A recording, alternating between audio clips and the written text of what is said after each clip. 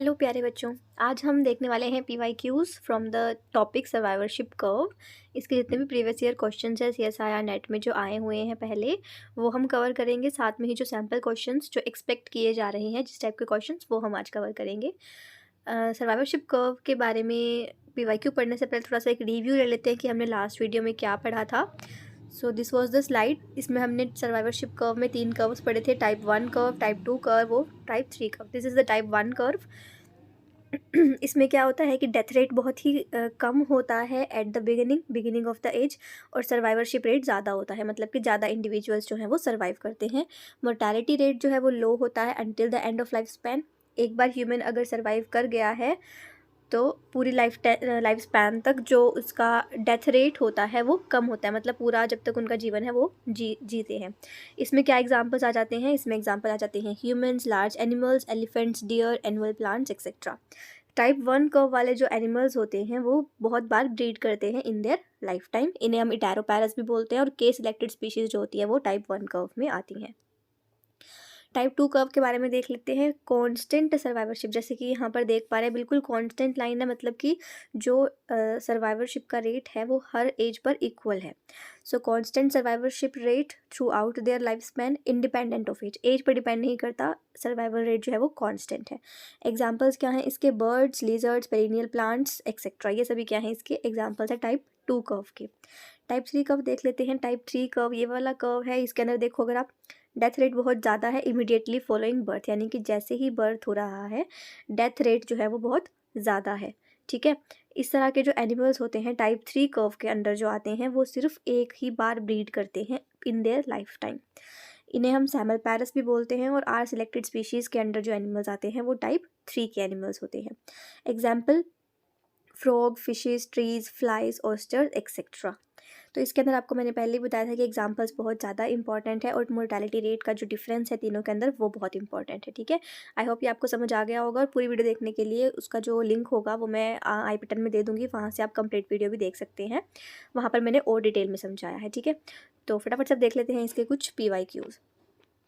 First PYQ है हमारे पास, given below are the survivorship curves showing the proportion of individuals surviving over time और age. Three generalized types of curves A, B and C are depicted below.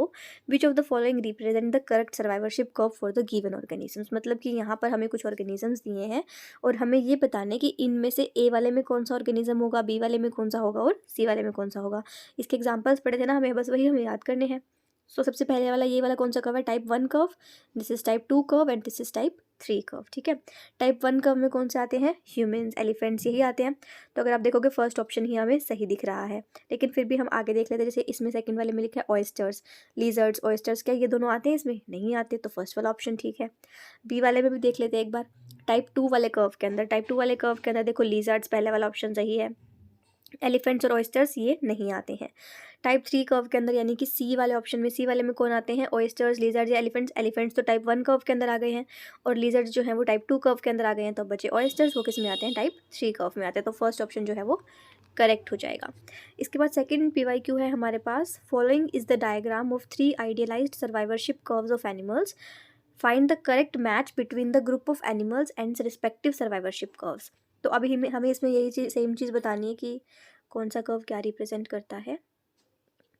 First option देख लेते हैं, marine pelagic fishes and large mammals respectively, third and first respectively, यानी कि ये कह रहा है कि मेराइन पेलाजिक फिशेज जो है वो थर्ड वाला है, और लार्ज मैमल्स जो है वो फर्स्ट वाला। तो देख लेते हैं क्या ये बात सही है।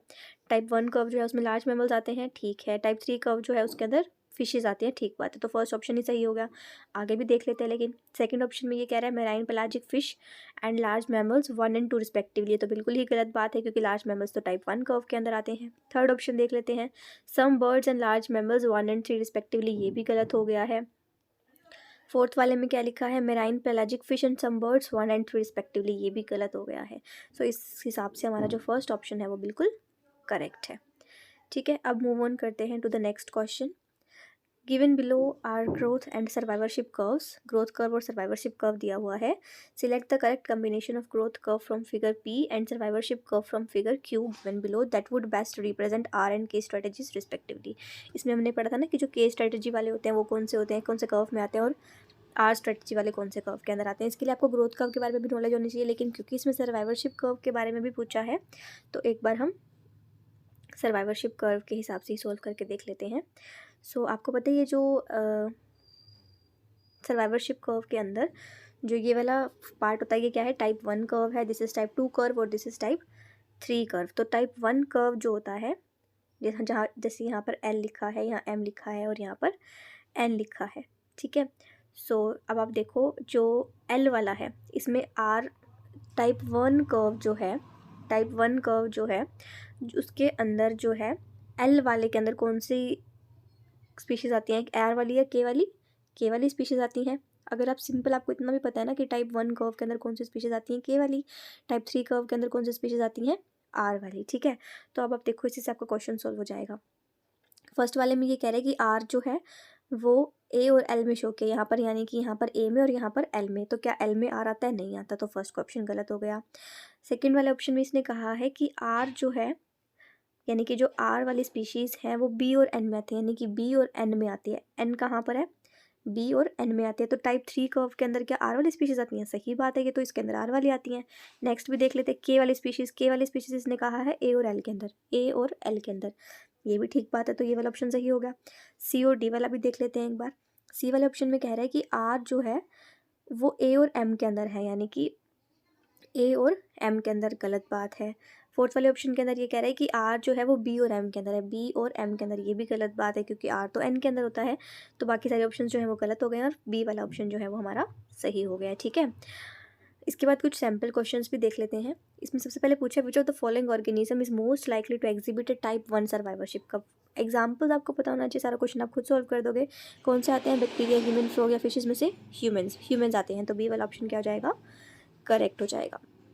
नेक्स्ट सैम्पल क्वेश्चन है which of the following best describes the survivorship curve for a species with a high mortality rate for juveniles but relatively low mortality rate for adults. यानी कि ये कह रहे हैं कि जुवनाइल्स यानी कि after birth, immediately after birth mortality rate ज़्यादा है but relatively low mortality for adults, लेकिन जब वो अडल्टहुड तक पहुँचते हैं तो वो मोर्टेलिटी रेट जो है वो लो हो जाता है। और ऐसे तो हमने एक ही कंडीशन के अंदर देखा था, कौन से कर्व के अंदर देखा था ऐसा हमने, high mortality rate immediately following birth, type 3 curve के अंदर, ठीक है। तो इसका क्या ऑप्शन सही हो जाएगा, सी ऑप्शन सही हो जाएगा, ठीक है। So this were some previous year questions from the topic survivorship curve. I hope आपको सभी क्वेश्चन समझ आ गए होंगे, और फिर भी आप एक बार खुद से भी करने की कोशिश करना, वीडियो को पॉज करके, और उसके बाद सॉल्यूशन देखना, ठीक है। उससे आपको ज़्यादा समझ आएगा कि किस तरह से आपको क्वेश्चंस को सॉल्व करना है।